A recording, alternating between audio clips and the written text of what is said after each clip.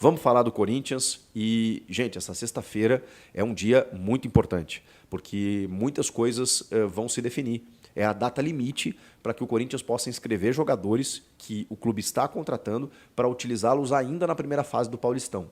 Vale lembrar que o Corinthians está com a sua vaga na fase de mata ameaçada, né? Ainda não conseguiu estar em plena recuperação, tem um clássico contra o Palmeiras agora pela frente, depois tem adversários que pode muito bem vencer e conseguir buscar essa classificação ainda, mas perdeu muito tempo, né, com 5 derrotas. Então, se o Corinthians não classificar para a fase de mata-mata, esses reforços, se não forem inscritos nessa sexta-feira, eles não vão poder jogar o Paulista.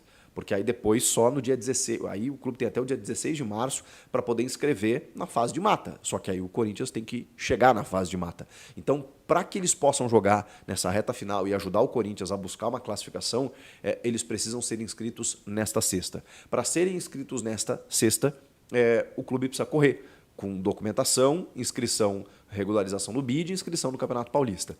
Isso costuma ser rápido se o Corinthians tem tudo à sua disposição, né? Se o clube tem tudo à sua disposição, como documentos, né? O ok dos clubes, jogador e tudo mais. Eu vou te explicar caso a caso aqui o que pode acontecer.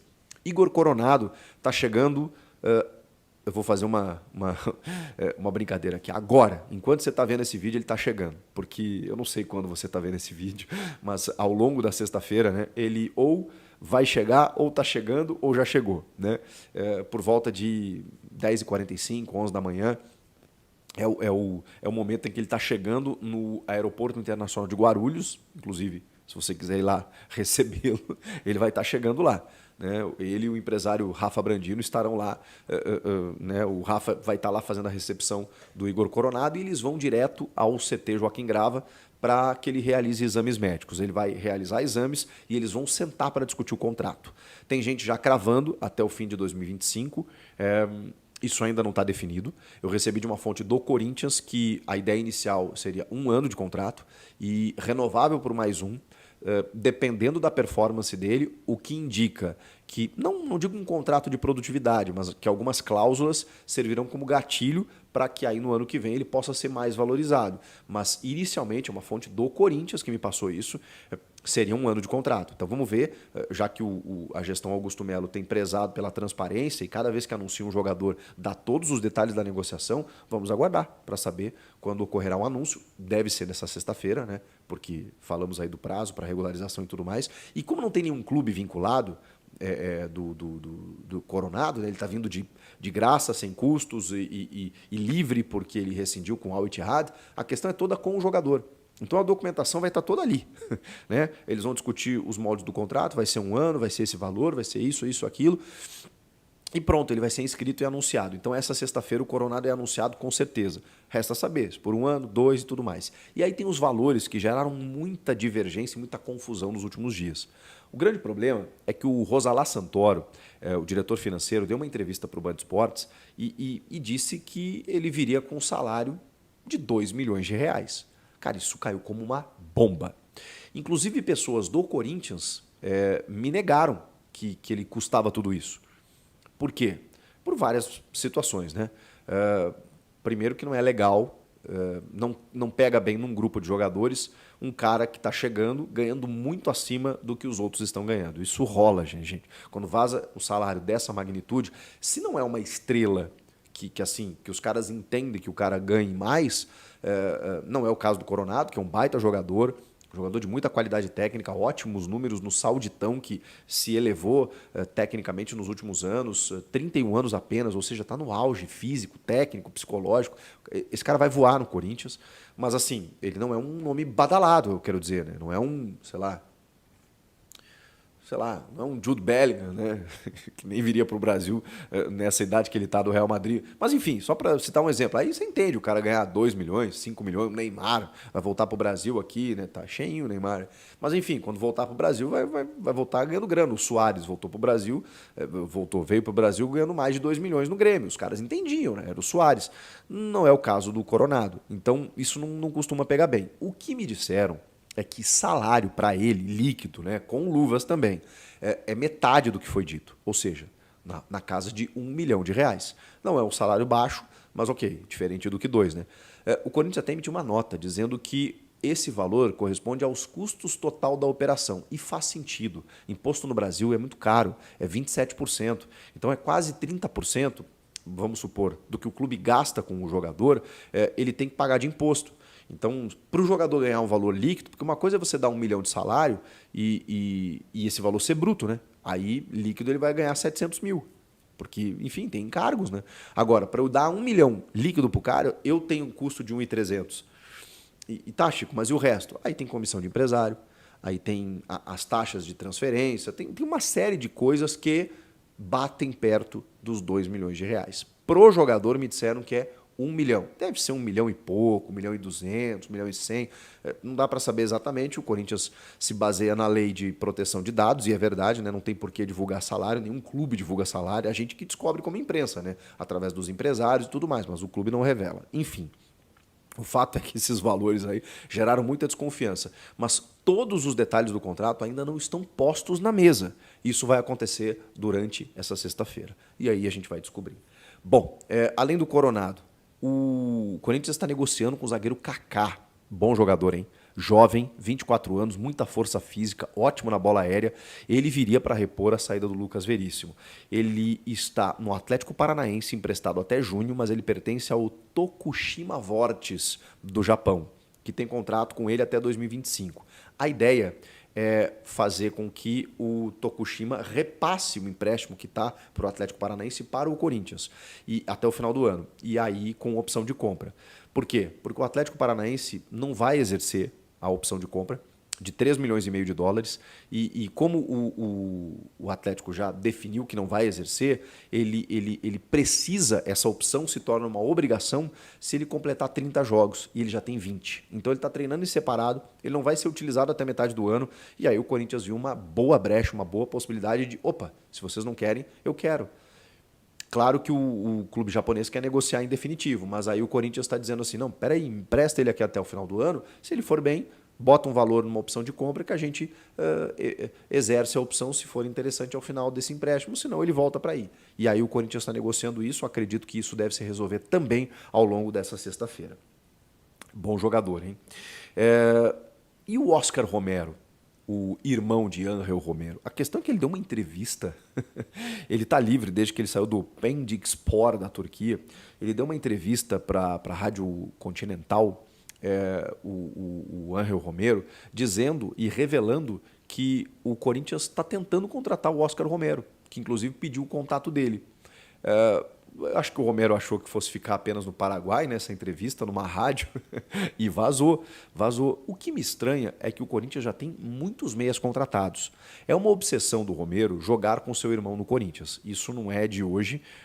Inclusive, ele colocou lá atrás como uma condição. Eles jogaram juntos no São Lourenço e existiu uma possibilidade do Romero voltar para o Corinthians antes dessa volta dele agora e ele meio que sugeriu uma venda casada. O Corinthians não optou.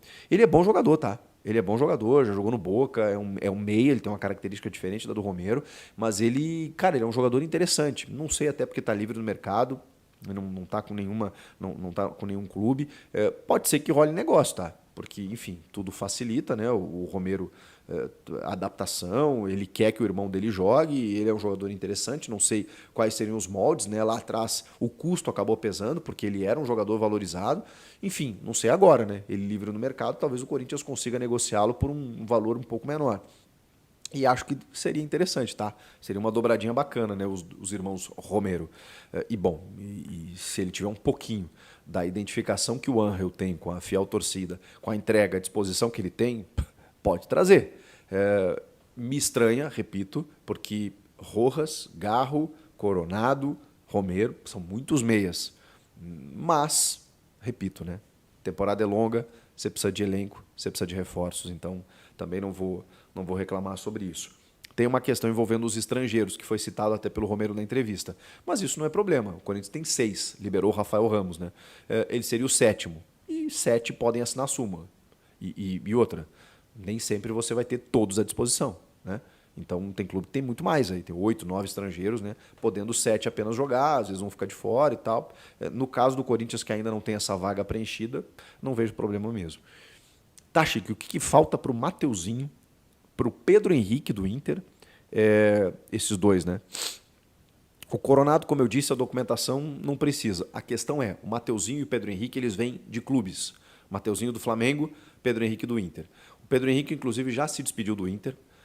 Não foi anunciado ainda pelo Corinthians, mas já se despediu do Inter com uma mensagem bem bonita, né, que ele realizou o sonho dele de voltar para o Brasil, jogar no clube do coração, mas que é momento de seguir. O que eu posso dizer para vocês? Eu colhi uns bastidores a respeito do jogador. Tá todo mundo muito empolgado aí com o Pedro Henrique, né? Ou não, né? Eu tô vendo alguns torcedores desconfiados. Eu tô empolgado porque eu vi ele jogar no Inter e eu acho ele bola pra caramba. O que eu posso dizer? Ele conversou com o Fabinho Soldado e com o Antônio Oliveira e ele ficou impressionado com a conversa que ele teve com os dois. Tá? Ele está muito empolgado, mas muito empolgado para jogar no Corinthians. Está muito motivado. E vocês lembram que eu disse que ele pode jogar de 9? Que ele, inclusive, foi artilheiro do Campeonato Gaúcho, num campeonato que tinha Luizito Soares no ano passado, colocado pelo Mano Menezes como falso 9. Primeiro, ele não gostava do Mano, tá? Ele estava... inclusive, ele jogava de 9 meio a contragosto, e ainda assim ele foi bem, mas a relação com o Mano já não era das melhores, e aí com o Kudê deu uma melhorada no ambiente, inclusive, quando ele chega, só que por questão de estilo de jogo, característica, enfim, o Kudê acabou não querendo utilizar mais o Pedro Henrique, por isso que ele está procurando novos ares.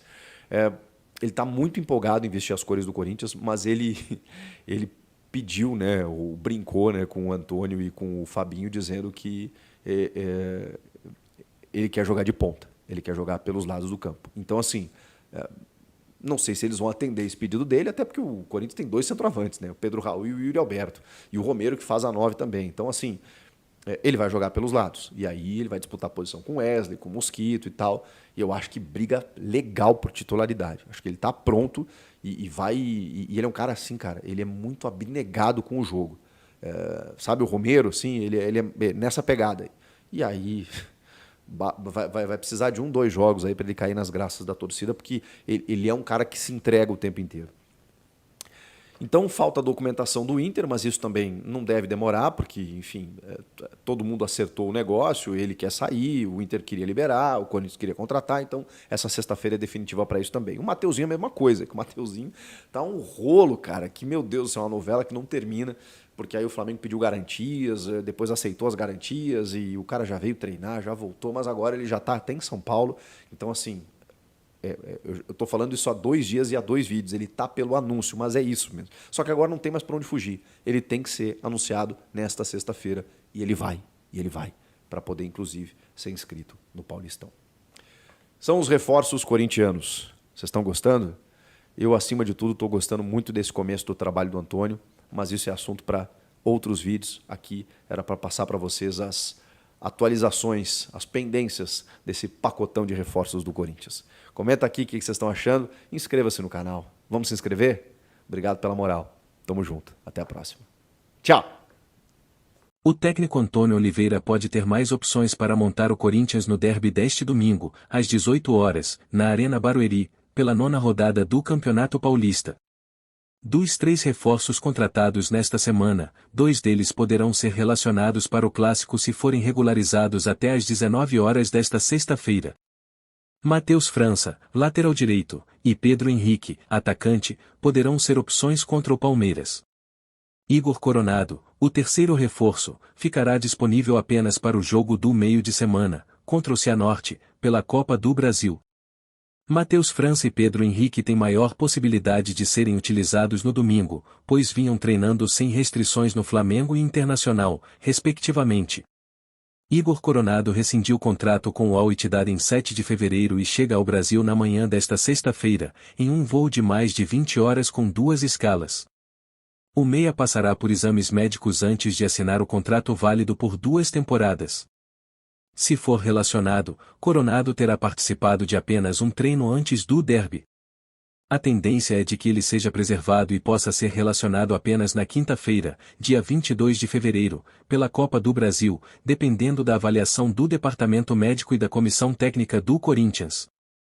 Não perca nenhum lance do Corinthians.